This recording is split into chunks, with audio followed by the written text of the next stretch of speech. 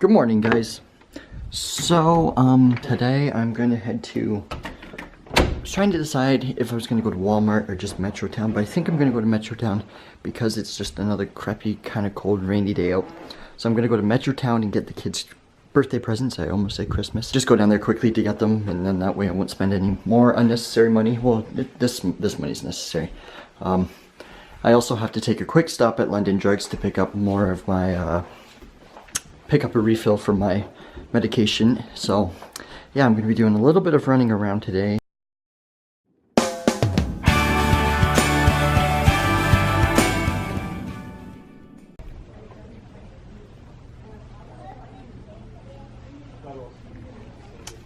I have found Jack's motherlode spot. I got Lizzie something. It's a giant colorful, it's a pad for her to color on. It's really, really big, which is good because she likes to color over everything. So I got her that, and then she'll just be able to color over one massive surface without going on the tables and stuff like that. I was looking at a couple things for Jack. There's the Paw Patrol helicopter thing, and then there's build your own Paw Patrol tower. And for those of you guys who have kids, you probably know what Paw Patrol is. So I got the kids Christmas present. We've been kind of having a very chill hangout day after I got back. Actually, I'm probably gonna have to go back to Toys R Us and switch Jack's gift, because although he doesn't have, I got him the Paw Patrol lookout tower. Hopefully he doesn't come downstairs when I start talking about it. But it's like, it's not build your own, but it's like big Mega Blocks, and he can build it as he wants because he likes Lego, right? But all those little pieces of Lego that he has, they all go missing or whatever. He loses them, so they're like bigger Mega Blocks that he can build his own lookout tower for. But the character that it came with, he already has, which is the only issue. But I saw this other thing there that I was gonna buy it, and then I second guessed myself and I went for the Lego thing. Or Mega Blocks, or whatever you want to call it. So my next day off, we're probably gonna go get the other thing. Guys, I just remembered something, that today is International or Star Wars Day. I don't know if it's international or national or whatever, but today is, I don't even know if it's an official day or anything like that. Whatever. May the 4th be with you, first of all. So, I was just, seeing as I just remembered that, I was looking up couple random random facts that you probably didn't know about Star Wars. Maybe you guys did if you're big fans, but I was reading through some of them, and I didn't know quite a few of them. So anyways, I will read them to you guys just as a kind of a fun thing to do for Star Wars Day. And yeah, so here we go. First of all, like I said, this is just facts that I found. It's not a tag or anything like that. I tried to find a tag video, but I couldn't, or tag like questions, but I couldn't. Anyway, so this is just like, hey, fact number 1: the actor who played Obi-Wan Kenobi, Alec Guinness, he agreed, or he wanted to make 2% of the Star Wars opening, or he wanted 2% of the Star Wars box office opening receipts. So, and after that, he made $95 million off of that. That's just 2% of what Star Wars made at the box office is $95 million, which is absolutely insane. Harrison Ford, who plays Han Solo, he made $10,000 for his role as Han Solo in the very first one, or number 4, A New Hope. Okay, next question. Peter Cushing, the guy who played I'm probably going to say this wrong, Grand Moff Tarkin, he found his boots and his costume, a part of his costume so uncomfortable that he wore slippers for most of his shots, and he insisted that his feet never been shot. But next time you'll have to keep your eyes open for that. Okay, next question. The sound of the TIE Fighter engine is actually the sound of an elephant call mixed with the sounds of a car driving on wet pavement. That's actually really neat. I didn't know that. Okay, you guys know the scene where, I can't remember which one it's in, might be the first Star Wars, like number 4, New Hope. But anyways, the part when Han Solo, Leia, and Luke are stuck in the trash compactor, and then there's that like worm thing inside of it. Mark Hamill, he held his breath so long, because you remember Luke gets sucked in underwater by the wormy thing. He held his breath for so long that he broke a blood vessel on the side of his cheek, and they had to reshoot it. No, they had to they had to adjust framing rates so they wouldn't show the blemish of his broken blood vessel. Okay, you know the guy, the main starfighter, Wedge Antilles? I'm probably pronouncing that wrong, but anyways, he's like the main starfighter pilot. I don't know, but like the good guy ships, good guys like fighter pilots, he's like the main one. And in the last one, I believe, like he's the one that shoots down and then destroys the Death Star. I think, I could be wrong. Anyways, but that is actually Ewan McGregor's uncle. Ewan McGregor is the guy who played young Obi-Wan Kenobi in the prequels, for those of you who didn't know that. Luke Skywalker's original name for the movie, they were actually going to name him Luke Starkiller, but they switched it during production, or during filming. I guess that's the same thing, isn't it? I don't know. Anyways, they switched it back to Luke Skywalker. This is just kind of a quick, interesting one. Yoda's species is never at all mentioned in any of the movies. There you go, just a little fun fact. Okay, you know the scene in Empire Strikes Back? It's like the very first opening scene. And you know the big, giant, abominable snowman creature, the Wamba, that Luke has a run into in the cave, and Luke, you know, he's hanging upside down from the inside of the snowman's cave, and then he uses the Force and he slices down the icicle or whatever his foot stuck into something. He slices that down, and then he cuts off the arm of the abominable snowman. And you know how his face is all shown as all like he's injured and stuff like that? That's like actual wounds, because Mark Hamill was in a car accident just before that scene was shot.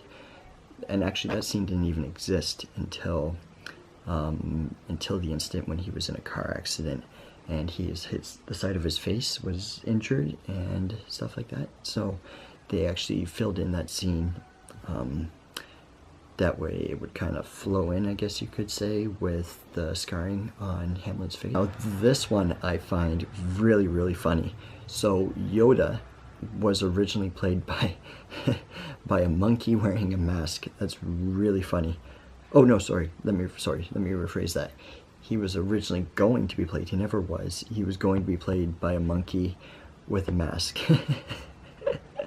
I find that very hilarious. I'm trying to think of what that would look like a monkey walking around with a green mask and a cane. Come to think about the whole monkey thing, how would they, like, maybe Yoda just wouldn't have had a voice then. He would have just been like making monkey noises, I guess. I don't know, unless they did like a voiceover, kind of like what they did with Darth Vader. The Return of the Jedi, the original title, and it also had like trailers and posters and stuff like that set out the original title of it. Instead of Return of the Jedi, it was going to be the Revenge of the Jedi.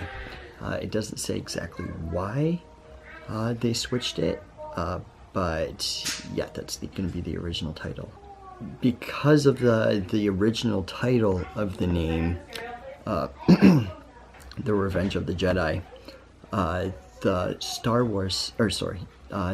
Trek team, because as you guys know, those movies were going on at the same time, they changed the name because for the second Star Trek movie, I'm not a big fan of the original Star Treks. I'm definitely a Star Wars fan. The original Star Trek movies, the second one, instead of the Wrath of Khan, was going to be the Revenge of Khan, but the Star Trek producers switched their title also to prevent confusion with the two audiences.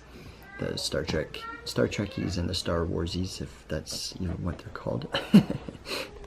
Okay, another one for the final one, the code name, because if you guys didn't know this, you'll see, if you see like highlighted signs, at least this is what's like in Canada, and I would imagine it will be for other places also, but if you see highlighted signs around here, they're usually orange and they have arrows to different sets, and they will have like different names on them. But anyways, those are code names for movie filming, because obviously they don't want to give any big movies away or anything like that, because that would cause a big hype and stuff like that, paparazzi and everything invading on the film production. Anyways, so I'm getting them all confused. For the Return of the Jedi, the code name was Blue Harvest. And then for the description of the movie, it was referred to as a horror beyond imagination. And another addition to the Blue Harvest thing, the cast actually considered making a short film called Blue Harvest during a series of sandstorms that interrupted filming. So that was actually going to be like a real movie due to the storm. Another one of these interesting code names for the Star Wars movies, Star Wars 1, The Phantom Menace, which is the very first one of the prequels. When it was being shipped to theaters, another code name for it was The Dollhouse. Apparently in every single Star Wars film, the clone troopers, there was no actual physical clone trooper outfit. It was all done by computer animation, all done by CGI. So I knew that was true about the prequels, because there was a ton of CGI. Like the entire films were like shot with CGI screens. But I would think the originals would be shot with actual clone trooper outfits, because they obviously didn't have that technology back then. Because I know for the most recent one, The Force Awakens, J.J. Abrams he had huge respect for the original Star Wars. That's why he took extra care in making that film.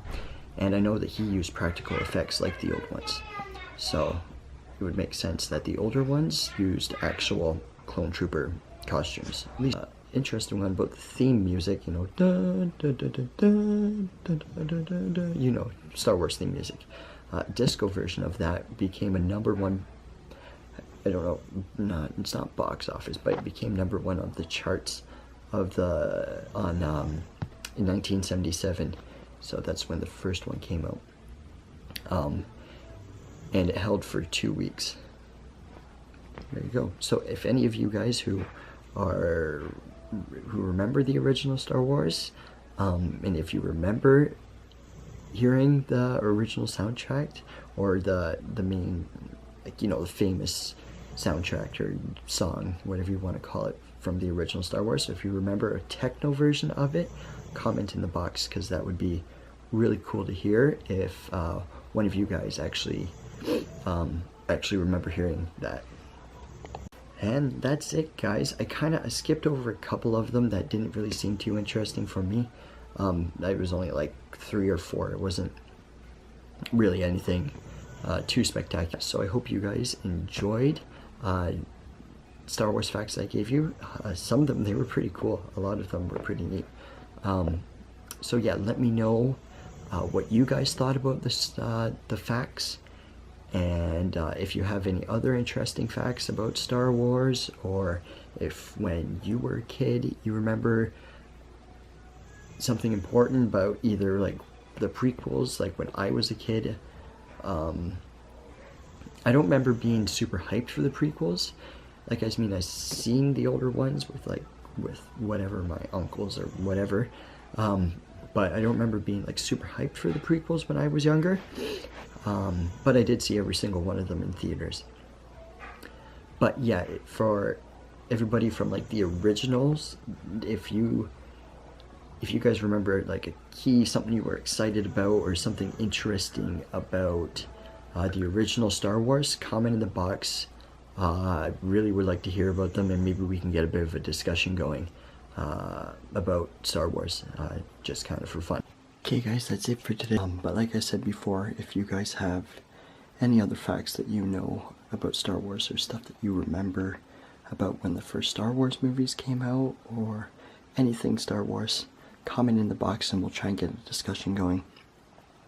Anyways, Hope you guys enjoyed today's video. If you're new to my channel, click that subscribe button. And if you enjoyed it, give it a great big thumbs up for me. Share it with friends and family and anybody else who you think might be interested. And I will see you guys tomorrow. Remember, new day, new smart. New day, new you, new start. Go in, smiley faces, and you guys will be fine. Bye guys, I'm out.